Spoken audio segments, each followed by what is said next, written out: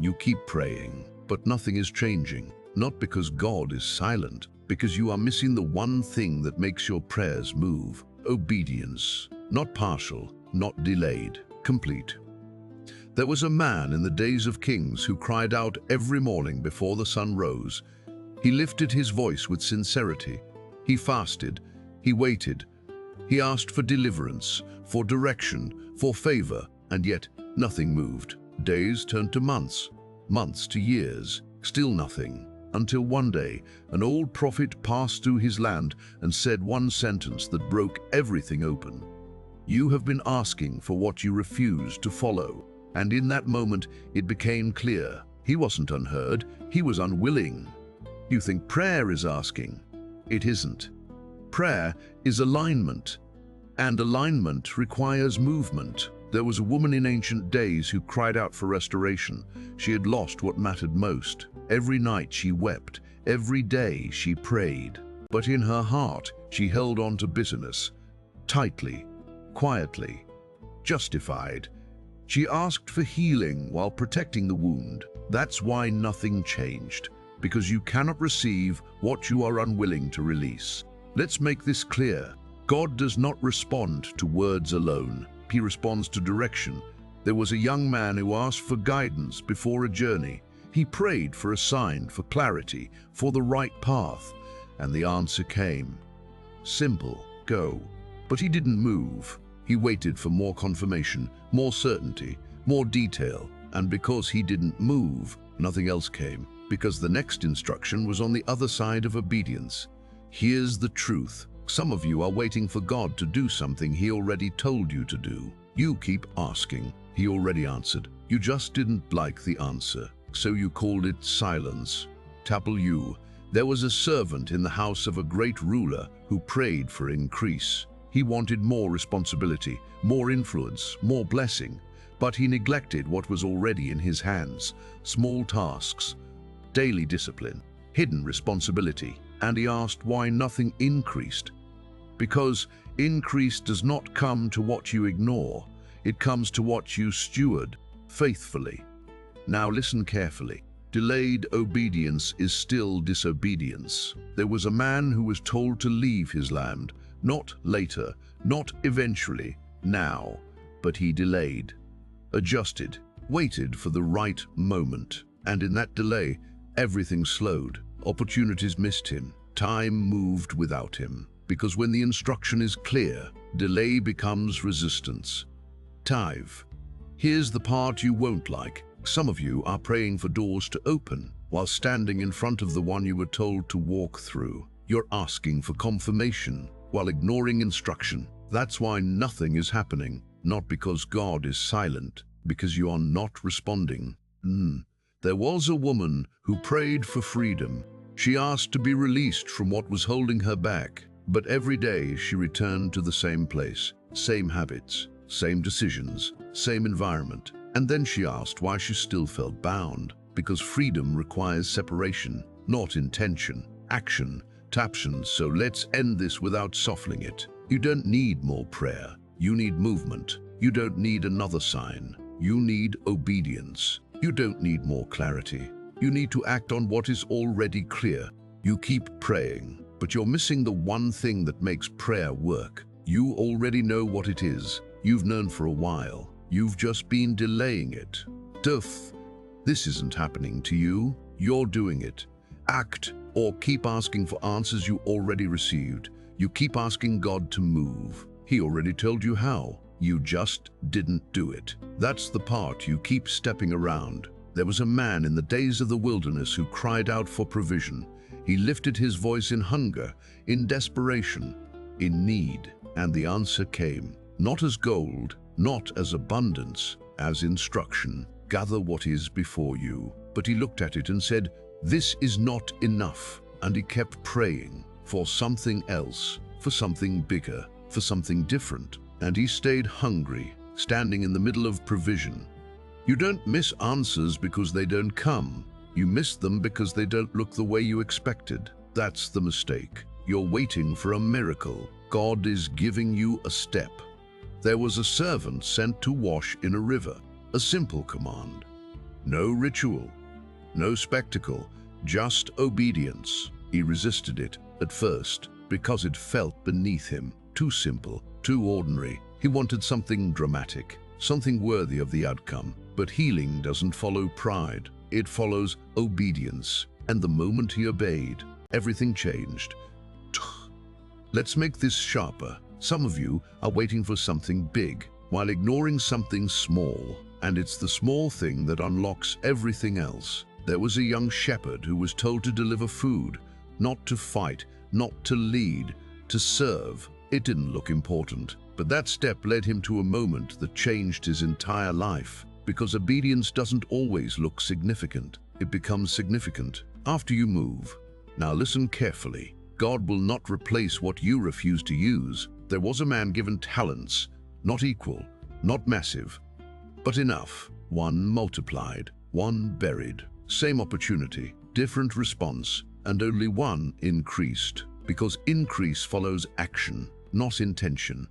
Here's the truth. Some of you are asking for more while doing nothing with what you already have. That's why nothing changes. Not because more isn't coming, because you're not moving with what's here. There was a prophet told to speak to dry bones. No logic, no evidence, just instruction. And he could have questioned it, analyzed it, delayed it, but he didn't. He spoke, and life responded. Because obedience activates what logic cannot. You keep thinking the next step will be obvious, clear, undeniable, but it won't. It will be simple, quiet, easy to dismiss. That's how you miss it. So here's the truth without softening it. You're not waiting on God. You're ignoring what He already placed in front of you. You keep praying, but you're missing the one thing. Action. Immediate. Obedient. Uncomfortable. You already know what it is. Do it, or keep asking for something that's already been given. You keep asking God to change your situation. He's trying to change you first, and you keep resisting it. There was a man in the days of Judges who cried out for victory. He wanted his enemies removed, his path cleared, his future secured, and the answer came, not as victory, as reduction. He was told to let go of what made him feel strong, to release what made him feel secure. Less men, less certainty, less control. And he questioned it because it looked like loss, but it wasn't loss. It was preparation, because what God was about to do could not be carried by the version of him that depended on numbers. You keep asking for outcomes while refusing transformation. That's why nothing changes, because what you're asking for requires a different version of you, and you keep protecting the current one. Toth. There was a king who prayed for wisdom, and he received it. But wisdom exposed something he didn't want to confront, his own desires, his own compromises. And instead of adjusting his life, he continued the same path. That's how you lose what you prayed for. Not because it was taken, because it was ignored. 2. Let's make this direct. God does not build on what you refuse to correct. There was a man chosen for a task, clear calling, clear direction, but he carried pride, quiet, hidden, uncorrected. And when the moment came, he failed. Not because he lacked ability, because he refused to change what was inside him. Now listen carefully. Some of you are praying for elevation while resisting correction. That's impossible. Elevation exposes what correction fixes, and if it's not fixed first, it will break you later. There was a prophet who was told to speak truth, but he hesitated because the truth was uncomfortable, risky, unpopular. And in that hesitation, everything paused, because delay in obedience delays movement, not just for you, for everything connected to you. Here's the truth. You don't just block your own progress, you delay what's meant to flow through you. That's the weight of it. There was a man sent to a city he didn't want to go to. He ran, not because he didn't understand, because he didn't agree. And that's where most people are, not confused, in disagreement with what they already know. Toply, you keep asking for change, but you're still protecting the version of you that created the problem. That's why nothing moves. So, here's the truth without softening it. You're not waiting on God, you're resisting Him.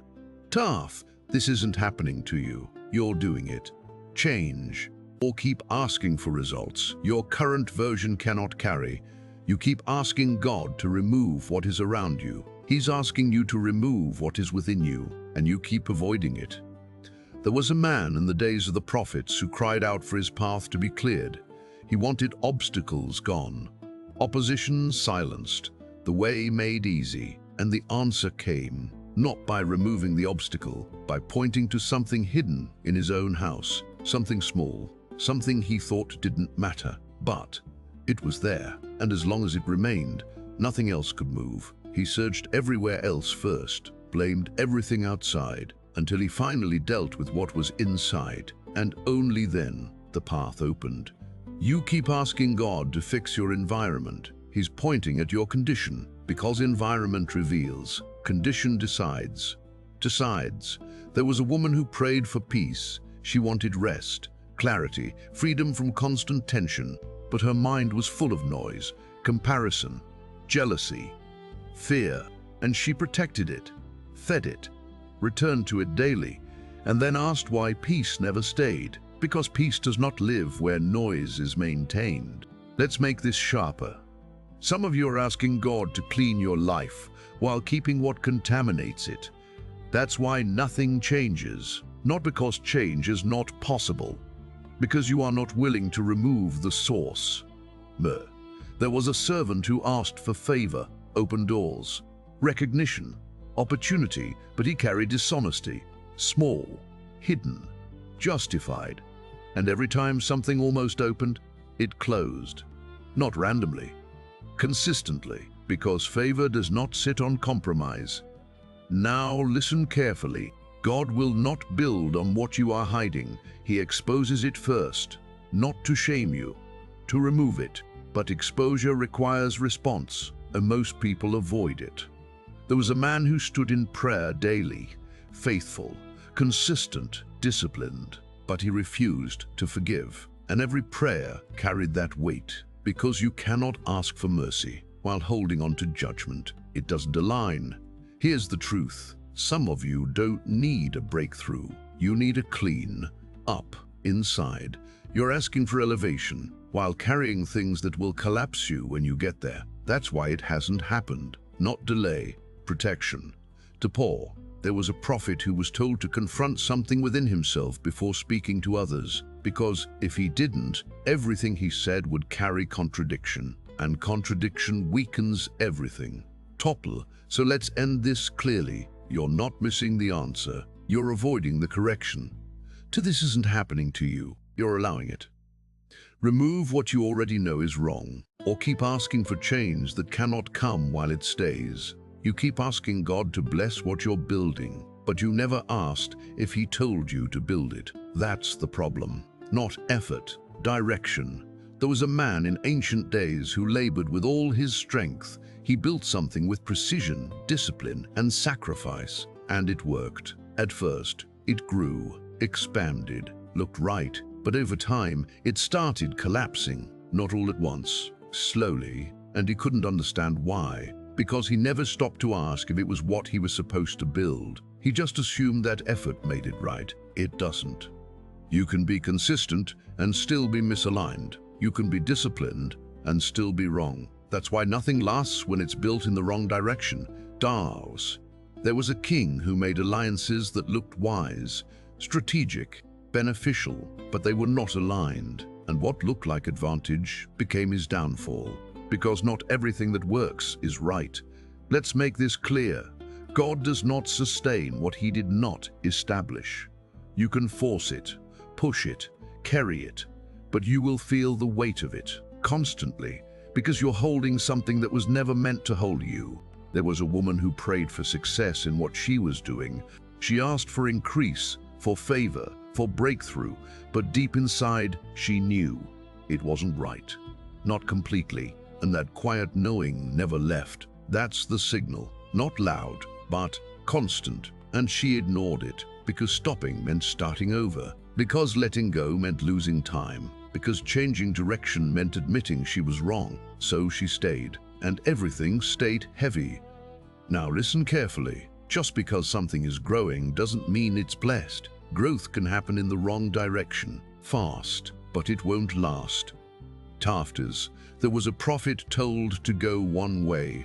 He went another, not completely wrong, just slightly off, and that small deviation changed everything, because direction matters more than speed. Some of you are asking God to bless something He is trying to redirect. That's why you feel resistance. Constant, unexplainable, heavy. You keep pushing. He keeps slowing. You call it delay. It's correction. This isn't happening to you. You're building in the wrong direction. Stop. Realign. Tough groove, or keep asking for blessing on something that was never meant to stand.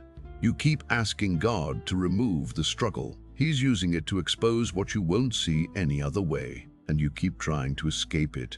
To number there was a man in ancient days who cried out for relief.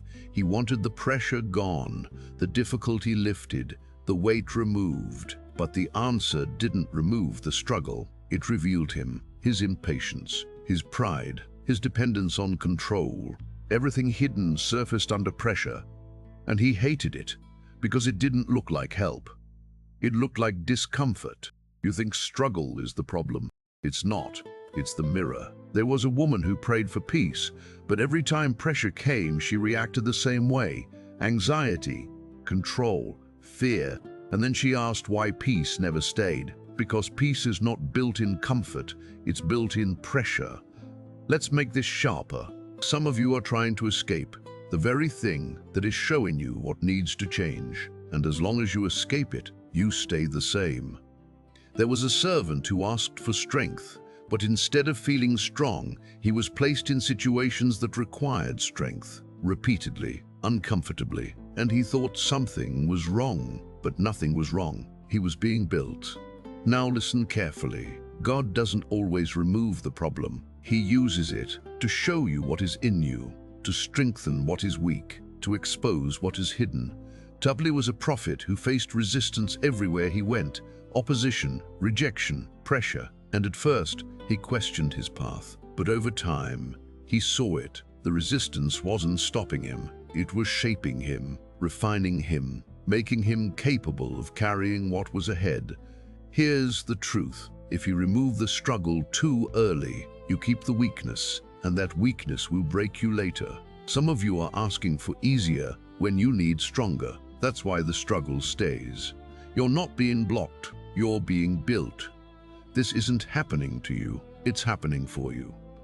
Face it, learn from it, change through it.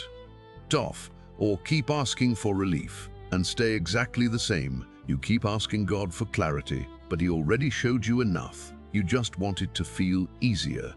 There was a man in the days of the prophets who stood at a crossroads, not confused, not lost, aware. He saw both paths. He felt the difference. One was right, one was comfortable, and he stood there waiting, not because he didn't know, because he didn't want the cost of choosing. That's where most people are, not uncertain, unwilling. You keep asking for clarity, but what you really want is confirmation without sacrifice. It doesn't work like that. There was a woman who asked for direction in prayer, and she received it, not as a voice, as conviction, clear, steady, uncomfortable, and she questioned it, doubted it, delayed it, because following it meant letting go of what she had built. So she stayed, and everything stayed heavy. Let's make this clear. Clarity is not always loud. It's consistent. It doesn't leave. It doesn't fade. It stays, and the longer you ignore it, the heavier it becomes. There was a servant who kept asking for a sign, something undeniable, something he could not question. But every time he asked, the same answer came, already given, already clear, and nothing new appeared, because new clarity doesn't come when old clarity is ignored. Tuple, now listen carefully. You don't need to know more. You need to act on what you already know. Tuple Lemais. There was a prophet who hesitated before speaking, not because he lacked truth, because he feared the consequence. And that hesitation cost him time, momentum, impact. Because delay doesn't just pause you, it weakens you. Here's the truth. You're not waiting for clarity. You're waiting for comfort. And comfort will never lead you where you're supposed to go. This isn't happening to you. You're delaying it. So, here's the line you can't avoid anymore. You already know. Move or stay where you are. That's the decision. You keep praying for a breakthrough, but you keep returning to the same thing. That's why it hasn't happened. There was a man in ancient days who asked to be set free. He cried out with sincerity. He believed it. He wanted it. And the answer came, leave. Simple, clear, final. But every day he went back. Same place, same habit, same chabit, same decision. And then he prayed again for freedom. While choosing the same chain, that's the cycle. Ask. Ignore, repeat. You don't stay stuck because nothing changes. You stay stuck because you return. There was a woman who asked for a new life, a different path, a clean start, and she received the chance. But she kept looking back, comparing, revisiting, holding on to what she said she wanted to leave. And slowly, she drifted back into it, not forced, chosen. Let's make this final. You cannot step into something new while staying connected to what you asked to leave. It won't work. There was a servant who was told not to turn back, not to return, not to look behind him. And for a moment, he moved forward. But then he paused, looked back, and everything stopped. Because forward requires separation, complete. Now listen carefully. The reason it keeps happening is not because it's stronger than you. It's because it still has access. And access is something you control.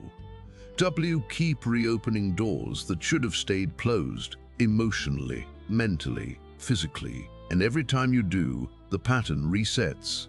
Here's the truth without softening it. You're not just missing something, you're undoing it. This isn't happening to you, you're returning to it. So here's the line you cannot avoid anymore. Close it, completely. No return. No second door, no just one more time. Because the moment you stop going back, everything starts moving forward. You already know where you keep returning. You've felt it, seen it, ignored it. Now choose, leave it, or live in it. That's the outcome.